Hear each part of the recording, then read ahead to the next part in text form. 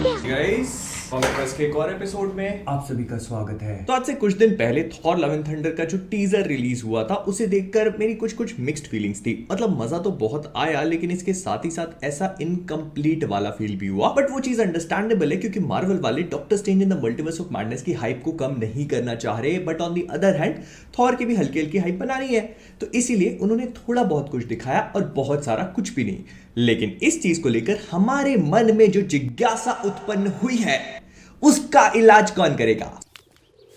क्योंकि comic verse से मैं हूं मोहित और आज हम लोग बात करने वाले हैं उन 5 बड़े बड़े सवालों के बारे में जो थॉर लव एंड थंडर का टीजर देखने के बाद हमारे दिमाग में एटम बॉम्ब की तरह फूट रहे हैं। तो बिना अपने एक्स का हथौड़ा पकड़े चलिए शुरू करते हैं। गलत हो गया।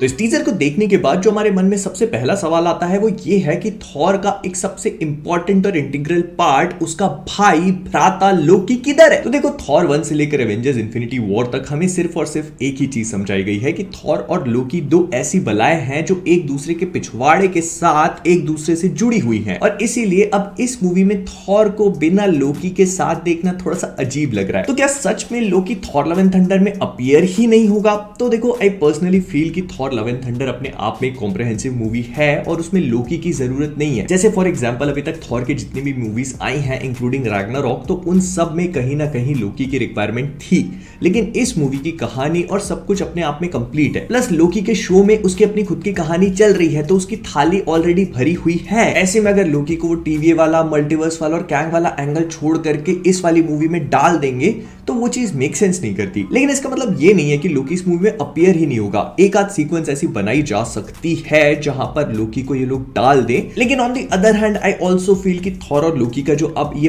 बड़ा वाला मिलन होना बाकी है, इसको बहुत ही ज्यादा बेहतरीन तरीके से दिखाना जरूरी है, तभी तो वो मोमेंट क्रिएट हो पाएगा। तो इसीलिए इन लोगों को थॉर और लोकी की मीटिंग को यहां पर अभी नहीं करना चाहिए और किसी बड़े इवेंट के लिए बचा के रखना चाहिए।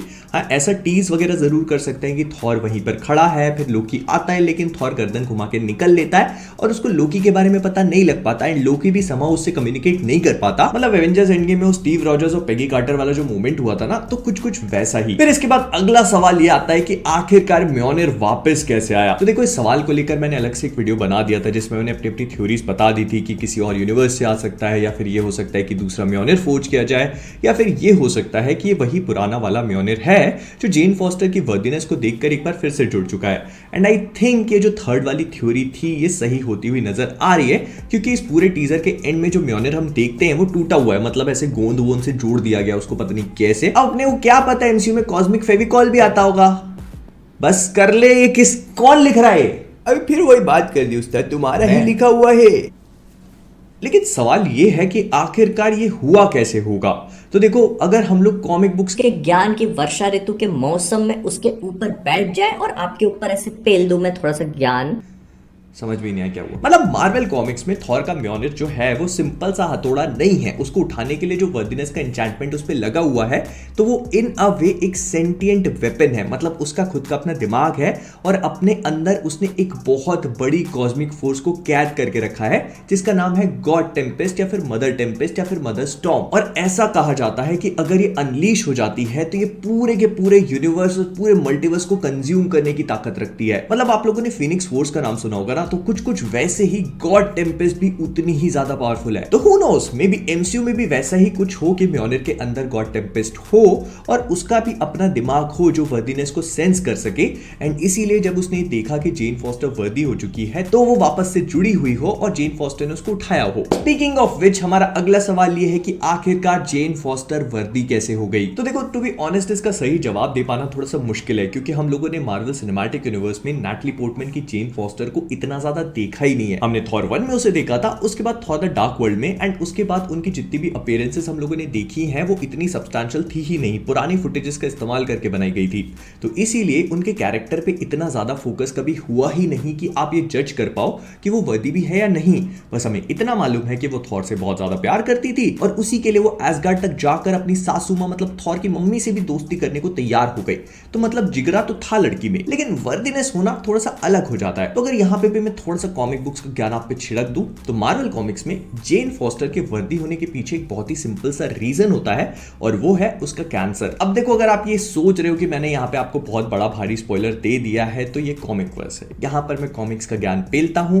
अब कॉमिक्स से उठाकर मूवी बनाई जाती है तो फिर थोड़ा तो आ ही जाएगा ना। तो जेन फॉस्टर को कैंसर डायग्नोस होने के बाद उसको ही समझ में आ जाता है कि अब उसकी जिंदगी बहुत ज्यादा नहीं बची है और इसी वजह से जब वो दुनिया का भलाई करने की सोचती है तो वो वर्दी हो जाती है। लेकिन यहाँ पे कैच ये है कि जब वो म्योनिर उठा करके थॉर बनती है, मतलब माइटी थॉर बनती है, तो उसका कैंसर और भी ज्यादा तेजी से प्रोग्रेस करने लगता है। लेकिन वो चीज भी उसे थॉर बनने से नहीं रोकती, इसीलिए वो और भी ज्यादा वर्दी हो जाती है। तो आई गेस कि ये लोग मूवी में भी कुछ उसी टाइप का एंगल दिखाने की कोशिश करेंगे, तभी हम लोग जेन फॉस्टर के कैरेक्टर से कनेक्ट कर पाएंगे। फिर इसके बाद आता है अगला सवाल जो सॉर्ट ऑफ मुझे काफी पसंद भी है कि आखिरकार इस मूवी में गॉर द गॉड बुचर कितने सारे गॉड्स का सफाया करेगा। तो देखो, थॉर लव एंड थंडर का जो टीजर हमने देखा था उससे ये बात हमें समझ में आ गई कि इसमें कई सारे नए नए गॉड्स हमको देखने को मिलने वाले हैं। पूरा का पूरा ग्रीक गॉड्स का पैंथियन दिखा दिया गया है। तो ये जितने भी नए गॉड्स हैं इनको सॉर्ट ऑफ बलि के बकरों की तरह आगे धकेला जा रहा है। अब जैसे फॉर एग्जांपल आप ज़्यूस को ही ले लो, तो ज़्यूस को एकदम केयर फ्री टाइप का बताया गया है कि उसको दुनिया जमाने से कोई मतलब ही नहीं और वो अपना एंजॉयमेंट देख रहे हैं।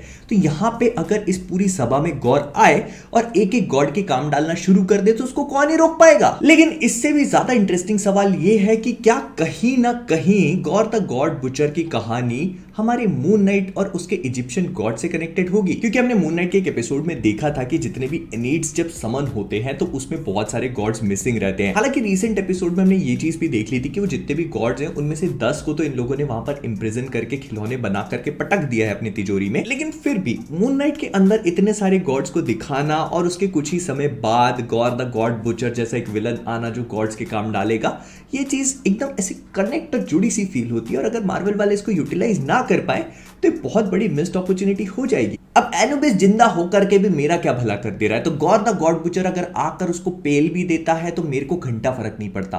आपको पड़ता है क्या? लेकिन इसके बाद आता है सबसे बड़ा और सबसे महंगा सवाल कि आखिरकार गॉर द गॉड बुचर है कहां पर। तो देखो, थॉर लव एंड थंडर का जो टीजर बनाया गया था ना, उसको बहुत ही स्मार्ट तरीके से दिखाया गया।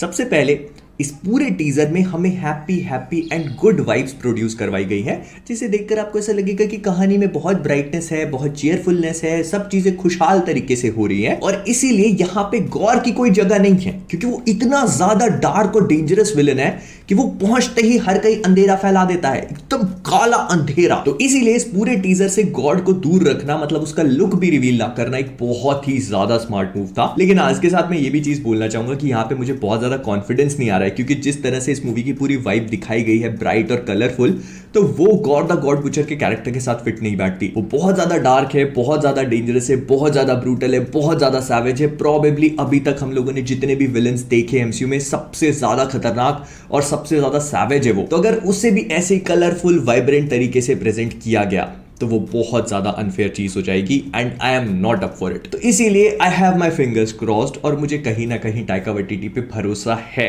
तो लेट्स होप कि ये लोग गौर के साथ जस्टिस करें। अब गौर कौन है, कहां से आया है, इसके बारे में हम डिटेल में किसी और वीडियो में बात करेंगे।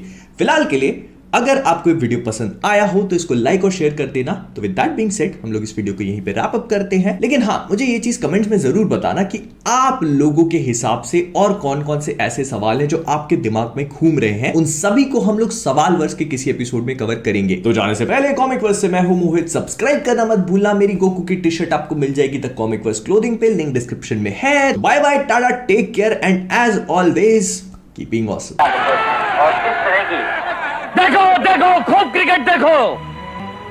तुम्हें इसकी चिंता नहीं कि माँ बाप ने तुम्हारा पेट भरने के लिए कितना कर्ज उठाया है। जा तू भी जा, क्या देखता है यहाँ, क्रिकेट देखा देख।